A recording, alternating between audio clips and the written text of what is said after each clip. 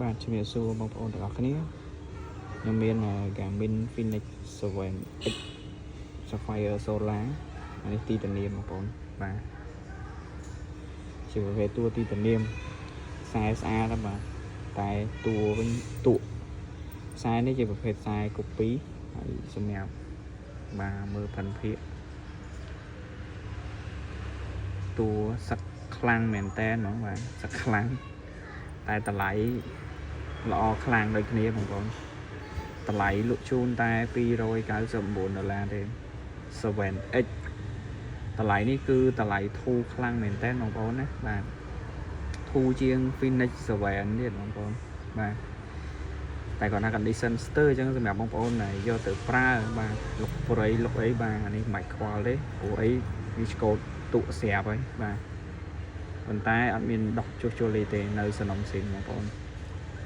អានេះមានខ្សែសាក់ស៊ីនហើយ free visual map ឲ្យចឹងបងប្អូនចង់បានស្អាតបាទមិនមើលហ្នឹងទេបើថា